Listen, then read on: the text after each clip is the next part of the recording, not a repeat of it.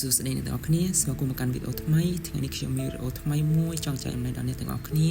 គឺពីរបៀបនៃការដាក់ក្បាលទំព័រនិងជើងទំព័រឬក៏ header and footer ដំបូងនេះអ្នកទាំងអស់គ្នាជួយចូលក្នុងកម្មវិធី Microsoft Word រួចហើយអ្នកទាំងអស់គ្នាទៅស្វែងរកឯកសារដែលអ្នកទាំងអស់គ្នាចង់ដាក់ក្បាលទំព័រឬក៏ជើងទំព័រហ្នឹងជាដំបូងនេះអ្នកទាំងអស់គ្នាគ្រាន់តែជួយចូលនឹងពាក្យថា insert រួចហើយទៅស្វែងរកពាក្យថា header and footer ឬក៏ page number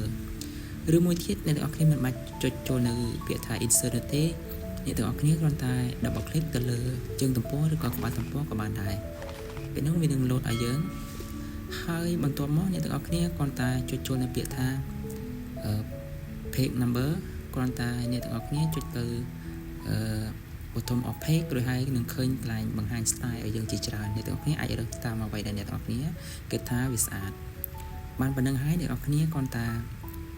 ដាក់សរសេរខាងលើនឹងដាក់លេខទំព័រគឺជាការស្រេចពេលនេះខ្ញុំគ្រាន់តែសរសេរអ្វីដែលខ្ញុំចង់សរសេរឬក៏អ្វីដែលពាក់ព័ន្ធនឹងឯកសាររបស់យើងខ្ញុំសរសេររួចហើយខ្ញុំសរសេរបែបហ្នឹងរួចរាល់ដល់ហើយមួយវិញទៀតគឺខ្ញុំចង់បង្ហាញដល់អ្នកទាំងអស់គ្នាគឺពីរបៀបនៃការដាក់លេខទំព័រហ្នឹងគឺជាលេខខ្មែរ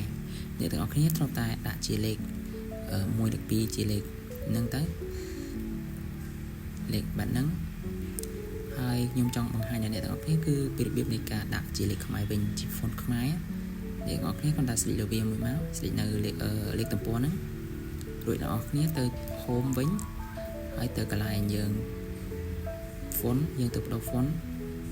អ្នកទាំងអស់គ្នាគ្រាន់តែទៅរក font មួយដែលមានឈ្មោះថា Lemon អ្នកទាំងអស់គ្នា search ទៅ Lemon ពេលនោះវានឹងចេញជាលេខខ្មែរឲ្យយើងជាការស្រេចគ្រាន់តែវាតូចបន្តិចអ្នកទាំងអស់គ្នាគ្រាន់តែបន្ថែមទំហំមកវាមកពេលនោះវានឹងចេញជាលេខខ្មែរឲ្យយើងនៅក្នុងលេខទំព័របែបហ្នឹងរួចរាល់អស់ហើយអ្នកទាំងអស់គ្នាវីដេអូថ្ងៃនេះគឺមានតែប៉ុណ្្នឹងទេអរគុណសម្រាប់ការទស្សនាជួបគ្នានៅវីដេអូក្រោយ